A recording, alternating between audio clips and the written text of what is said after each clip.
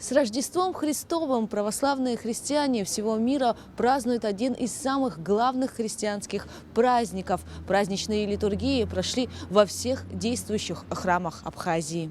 Главная ночная служба прошла в Сухумском кафедральном соборе Благовещения Пресвятой Богородицы. Ее возглавил иерей Виссарион Наплия. В храме собрались сотни верующих. Литургии по всей стране венчал колокольный звон, разнося благую весть о торжестве жизни.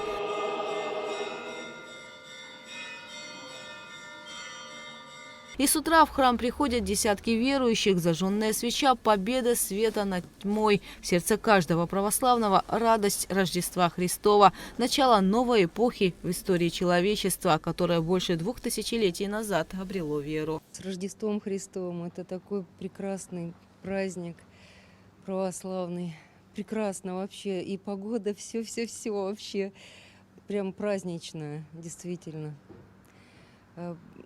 Пожелаю всем людям добра, света. Христос родился.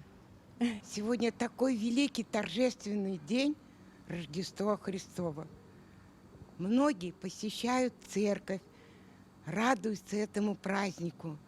Я хочу обратиться к людям. Живите мирно, дружно. Праздник наполнен теплом и добротой. Рождество Христово – день, который изменил ход всей человеческой истории и стал символом надежды для верующих по всему миру. Явление Христа сопровождалось чудесными знамениями. Согласно библейскому повествованию, в ту же ночь ангел явился пастухам и возвестил им радостную весть о рождении Мессии.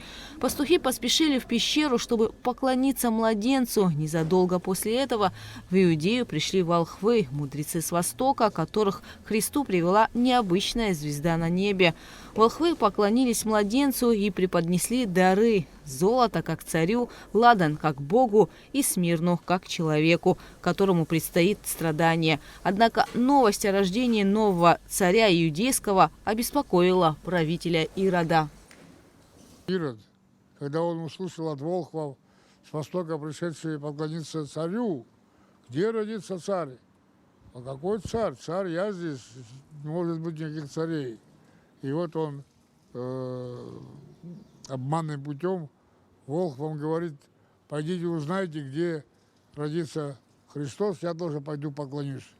Он сделал обманный такой шаг для того, чтобы узнать и погубить младенца.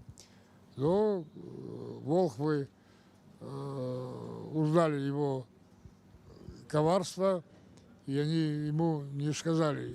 И поэтому он решил уничтожить всех детей до 2 лет, и 14 тысяч младенцев уничтоженных.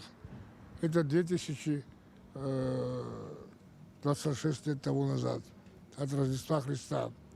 И вот род человеческий живет, никак не может смириться, жить в благочестии и чистоте. Захват чужих территорий, захват чужого имущества и ресурсы оказались проблемой для всех и готовы уничтожить и разрушают весь мир. Посмотрите, вместо того, чтобы молиться и трудиться, люди убивают друг друга.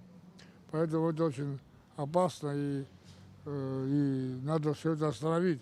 А остановить это возможно только через Священное Писание.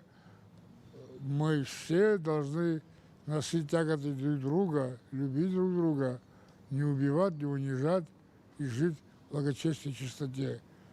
И мир будет всем. Для верующих после строгого 40-дневного поста наступили святочные радости. В это время особенно важно творить добро, участвовать в богослужениях, общаться с родными. Хочу пожелать в такой прекрасный праздник рождественский всего самого наилучшего, добра, мира, мирного неба над головой и, главное, веры. Всем здоровья нашей прекрасной цветущей Абхазии, блага и всего самого наилучшего. Пусть этот день принесет всем благополучие. Все плохое пусть унесет, а хорошее произойдет. Со светлым праздником Рождества Христова православных христиан Абхазии поздравили президент Бадра Гунба и вице-президент Беслан Бигвава. Они пожелали крепкого здоровья, душевного спокойствия, света, мира и благополучия. Гугуца Вардания, Дэвид Маргия, Абхазское телевидение.